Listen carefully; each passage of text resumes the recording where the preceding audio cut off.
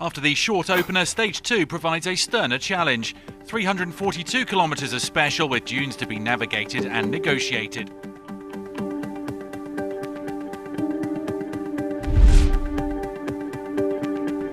Stage 2 and a very early start for overnight leader Nasser Al Attiyah.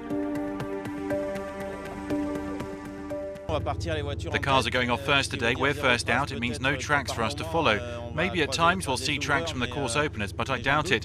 It means the navigation will be more difficult. Usually when you're the first car out, you lose a bit of time. Few drivers would have gone for Stage 1 honours knowing that meant opening the road on day 2. But Al Attiyah just loves to attack. As Baumel suspected, the two-time champion did lose time, coming home 11th on the stage. Second on Stage 1, defending champion Carlos Sainz followed Al Attiyah's tracks over the dunes.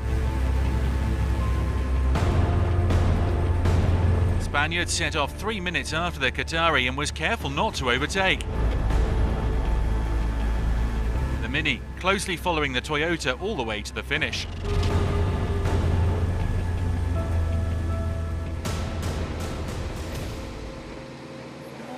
More misfortune for Stefan Peter Hansel. Leading the stage after 109 kilometres, the Mini driver came to a complete standstill for fully 20 minutes in the first zone of dunes. Attacking hard, the 7-time champion did his best to claw back time, but still lost 15 minutes to the stage winner.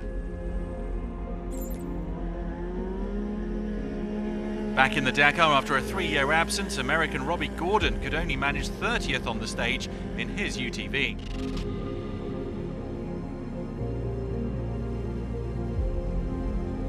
Harry Hunt has had a rough time with injury since finishing in the top 10 on his Dakar debut in 2016. Proudly flying the flag for Britain, the PH Sport driver took an impressive 7th.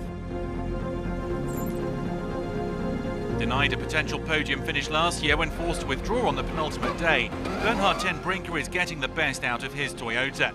The Dutchman 3rd on the day and 2nd overall. Nani Roma banished some demons, steering his 4-wheel drive Mini to a tremendous 2nd. This in the zone where he suffered a bad accident last year, bringing his Dakar to a premature conclusion. It was a really difficult day for me, as a lot of memories came back after what happened last year.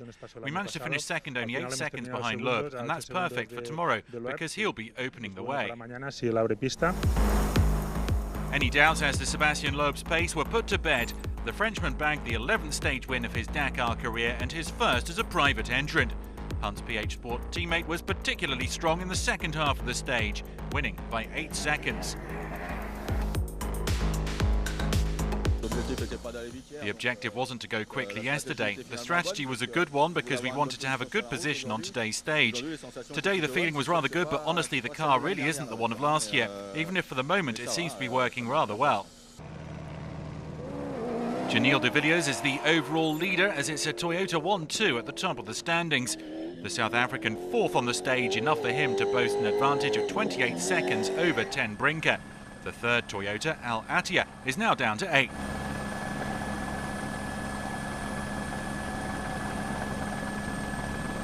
You know, at the end of the day, it's no point to take a risk on day 2 in the dust, in the fish or in the dust like that. So all okay, no problem. We had a good stage, good clean stage, and the car was very good.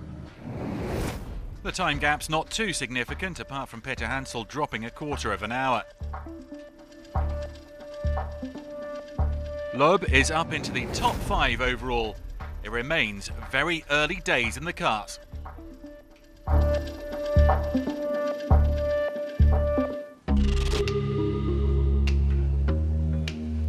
Onto the side-by-side category, and a solid outing today from Gerard Fares. 3rd in the bikes 2 years ago, the Spaniard is adapting well to the Monster Energy Can-Am alongside his former Himoensa teammate Dani Oliveras. They came 4th today and lie 4th overall. Sergei Karyakin came 8th on stage 1 and improved to 3rd today. The Russian rolling along very nicely. But the stage 2 victory went to Chaleco Lopez, who's back on the Dakar after a 5-year absence. The Chilean, who has 2 previous podiums in the bikes, grabbing his 12th Dakar victory. He didn't quite do enough though to grab top spot in the overall standings. A superb late surge from the defending champion Reinaldo Varela saw him finish second, dropping just 19 seconds. The Brazilian, who won stage 1, now leads the way by 1 minute and 8 seconds. So Lopez just sneaking to the stage victory ahead of Varela, with Marcos Baumgart rounding out the top 5. The top 4 today are the top 4 overall, while Javier Moreno has snuck just ahead of Baumgart into 5th place.